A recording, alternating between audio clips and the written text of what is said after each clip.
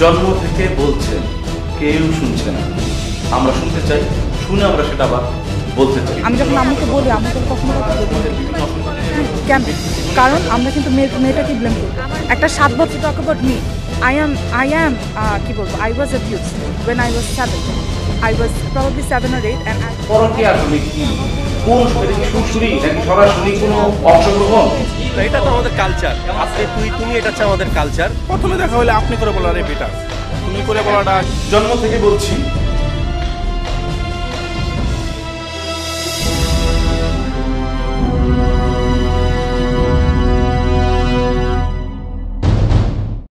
জিন্দেগানি মেঘের পানি যাচ্ছে চলে যমুনায়, টাকা পয়সা বাড়ি গাড়ি রইবে পরে দুনিয়ায়।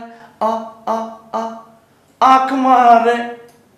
চমকে গেলেন যে ওইটা ওয়াজের মতো শোনা গেল, আবার হুট করে কেন এই সময় একটা জনপ্রিয় ঝাঁকানাকা হিন্দি গানে কেন চলে আসলাম?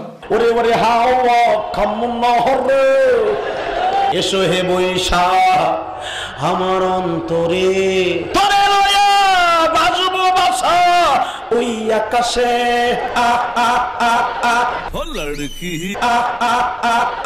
লড়কি কয় মশা ও মশারে তুই অপরাধী রে, আমার যত্নে করা শরীর থেকে রক্ত নিলি কে। শুনতে খারাপ লাগলেও এটাই সত্য। আমাদের এই সময় ইউটিউবে জনপ্রিয় হওয়ার জন্য বা সস্তায় বা খুব সহজে জনপ্রিয় হওয়ার জন্য আমাদের সবার মধ্যে একটা অসুস্থ প্রতিযোগিতা শুরু হয়ে গেছে।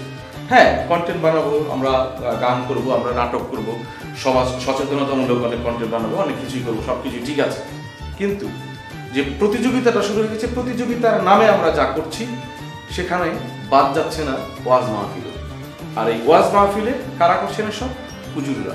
হুজুররা কোন হুজুররা? কতিপয় হুজুর, অল্প।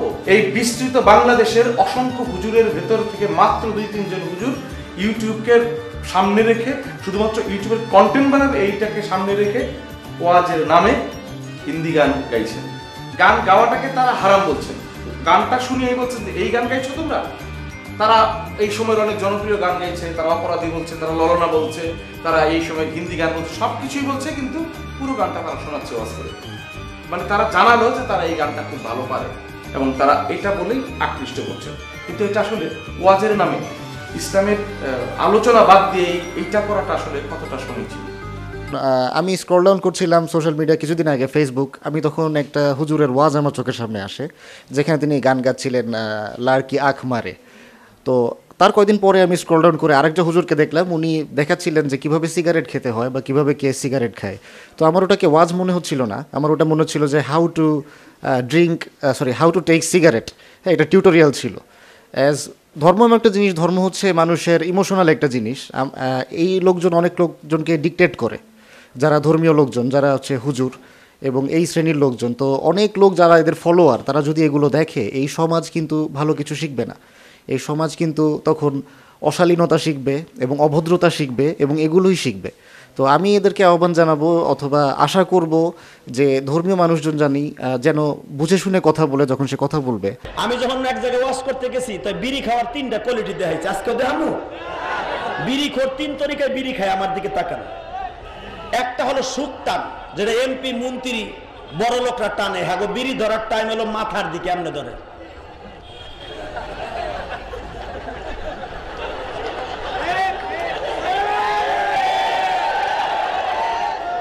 ঠিক না বেঠিক? এই ছিল হুজুরদের অবস্থা। এটা আসলে হুজুরের কোনো বয়ান না, তারা যা করছে এটা বয়ান না, ইসলামের কোনো সঠিক নির্দেশনা না, এটা বিনোদন, একেবারেই বিনোদনের জন্য ওরা আসলে আইটেম। তো আসলে আইটেম শব্দটা বলার সাথে সাথে আইটেম গার্লও আছে। আইটেম গার্ল এটা ঝাঁকানাকা কোনো মানে মুভির কোনো মাঝখানে হুট করে প্রাসঙ্গিক হয়ে আসা কোনো কিছু না। এই আইটেম গার্ল আসলে কারা? ফেসবুকে আমরা দেখি অনেক মেয়ে লাইভে আসেন, এসেই কাপড় খুলে ফেলেন। শুনতে খুব খারাপ লাগলো। এটা আসলে শুনলে খারাপ লাগলেও আপনার মানে কিছু করার নেই, আপনাকে এটা মেনে নিতে হবে।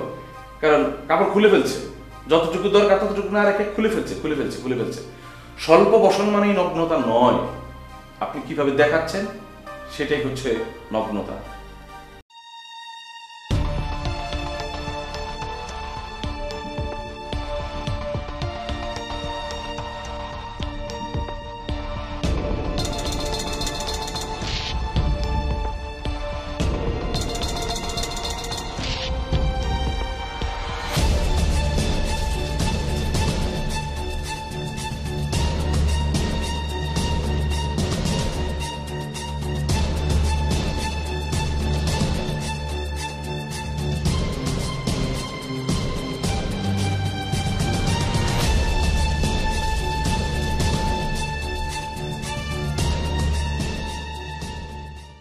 আপনার কোনো যোগ্যতা নেই, আপনি নিজে বুঝতে পারছেন।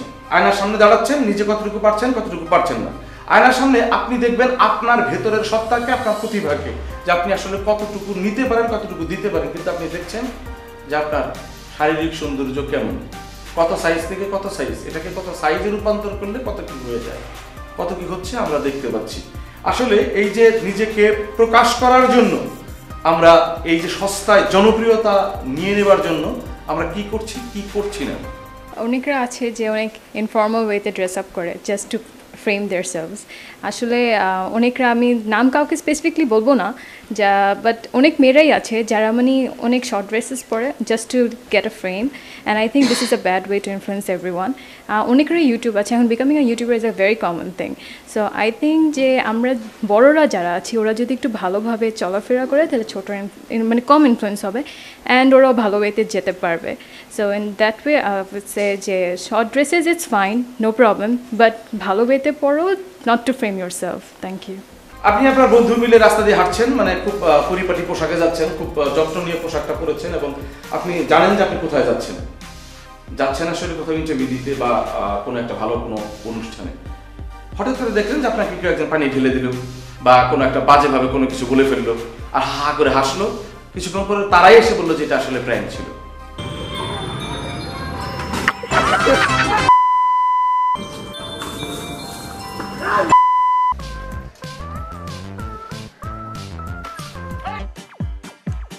Run.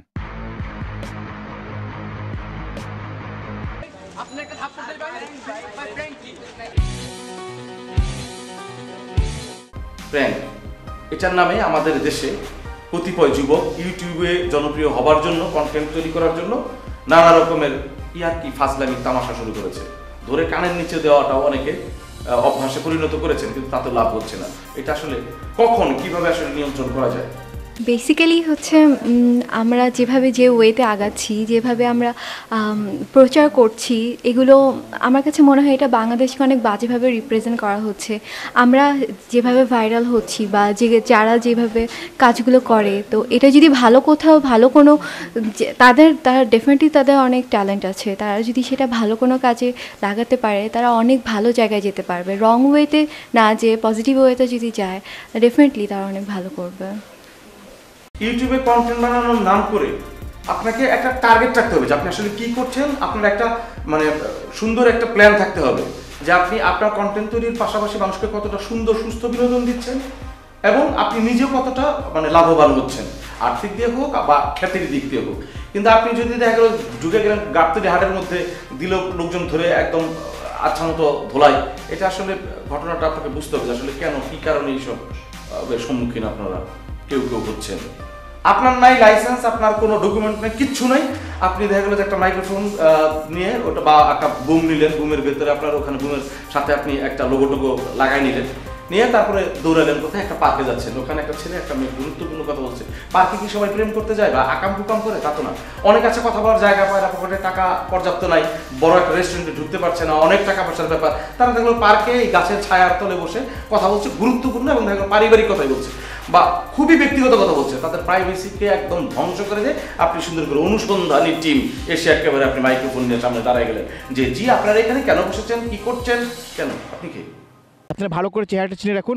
এরকম ব্যক্তি যারা পরকীয়ায় লিপ্ত হয়, নিজের স্ত্রী থাকা সত্ত্বেও অন্য স্ত্রীর সাথেও ভালোবাসার খেলা করে, আপনি বুঝতেছেন আপনি কি করতেছেন। তারা অবলীলায় ঘুরে বেড়াচ্ছে, সময় অপচয় করছে, বিভিন্ন রকমের শরীরকে ক্ষতি করে এরকম কর্মকাণ্ডে লিপ্ত হচ্ছে। বলছেন মদ খান, ডিজে পার্টিতে যান, হেরোইন খান, গাঞ্জা খান এবং মেয়েদের নামে উল্টাপাল্টা কথা বলেন।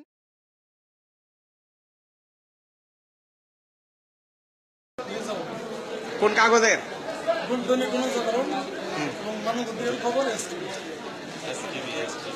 তোমার নাম কি? হ্যাঁ, মন চৌধুরী। বাড়ি কোথায়? বাবার নাম কি? আবু সাইদ। গ্রাম কোথায়? মানিকগঞ্জ। কোন পাড়া? হ্যাঁ,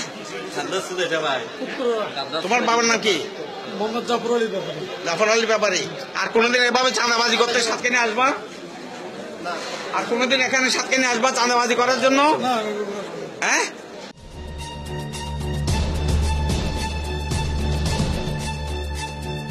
কন্টেন্ট বানাচ্ছেন ভালো কথা, টাকা কমাচ্ছেন সেটাও ভালো কথা, কিন্তু সমস্যা হচ্ছে থাম্বনেইল বানালেন এমন যে মানে পুরা একটা মেয়ের পিঠ খুলে এরকম করে দিয়ে দিলেন যে আপনার একটা সুন্দর গান, মুখটা নাই, মুখ দেখান বা তার সৌন্দর্য অন্যভাবে দেখান, অথবা আপনি দেখা গেল যে হালকা একটু সুরসুরি দিয়ে দিলেন যে এই করলে এই হয়, কতক্ষণ এই করলে কতক্ষণে এই হয়, কতক্ষণ ততক্ষণে সেই সব, এসব আপনার সমস্যা কি? সালসা খান আর হেকিমি খান, যা কিছুই খান না কেন, আয়ুর্বেদিক খান, আয়ুর্বেদিক মাখেন, আয়ুর্বেদিক গোসল করেন, যা কিছু করেন, কে কিভাবে করবে সেটা একান্ত ব্যক্তিগত জীবন।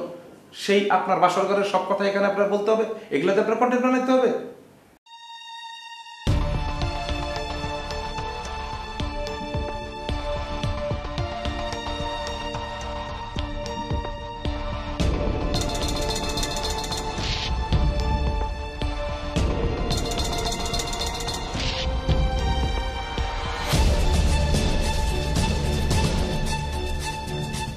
আপনার প্রচুর ফলোয়ার ফেসবুকে এবং রাস্তাঘাটে। রাস্তাঘাট কিন্তু পার্থক্য আছে। ফেসবুকে লাইক, কমেন্ট শেয়ার করতেছে, রাস্তাঘাটে সেলিব্রিটি বের করে তার পেছনে স্রোত লেগে গেছে, দুই রকমের। তো আপনি দেখা গেল যে দুই রকমই আছেন। আপনি যে কন্টেন্টটা তৈরি করছেন এটা এই প্রজন্ম, তারপর পরের প্রজন্ম অথবা আপনাকে যারা অনুসরণ করে তারা দেখা গেল ওটাকে তাদের দিক নির্দেশনা মনে করে। আপনি যা করবেন ঠিক সেটাকে দিক নির্দেশনা মনে করে ওই দিকে আগায় যায়।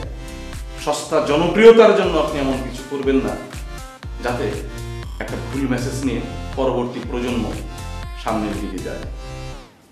সাবধান থাকবেন। জন্ম থেকে বলছি, শুধু আমরা বলতে আসি নাই, আমরা আপনাদের কথা শুনতে এসেছি। কিভাবে শুনবো? আপনারা কমেন্ট বক্সে গিয়ে আপনারা জানান, বিভিন্ন থিম নিয়ে আমাদের সাথে শেয়ার করেন। আমরা আপনাদের সব কথাই শুনবো, সব সমস্যা সংকট নিয়ে আমরা আসলে সব ধরনের কথা বলতে চাই এবং আমাদের এখানে যারা যারা কথা বলতে চায় সেই কথাগুলো আপনাদেরকে শোনাতে চাই। আপনারা সাবস্ক্রাইব করুন নিউজ জি লাইফস্টাইলে।